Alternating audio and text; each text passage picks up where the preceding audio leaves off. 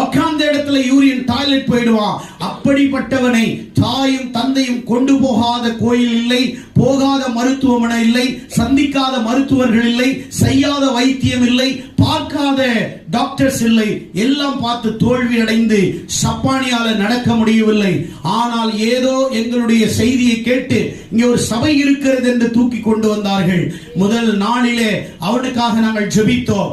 அதே நாளிலே அவனை நான் கரங்களை பிடித்து, நீங்கள் டிவியில பார்க்கலாம், படுத்து 2 கால்களையும் வலுவாதவனாய் கிடந்தவனை ஜெபிக்கும் பொழுது நாங்கள் சொன்ன முதல் அற்புதம், அவன் பிறந்ததிலிருந்தே அவனை சுமக்கப்பட வேண்டும். தாயும் தந்தை அவனை சுமந்து கொண்டுதான் போவார்கள். ஆனால் சுமந்து கொண்டு வந்தவனை கிராமத்திலே நாங்கள் ஜெபித்த பொழுது ஆண்டவர் அவனை மேல் இறங்கி, அவன் படுத்தவனாய் இருந்தவனை அவனே எழும்பி, அவனே எழுந்து, அவனே நடந்து, அவனே போய் நாற்காலியிலே உட்காரக்கூடிய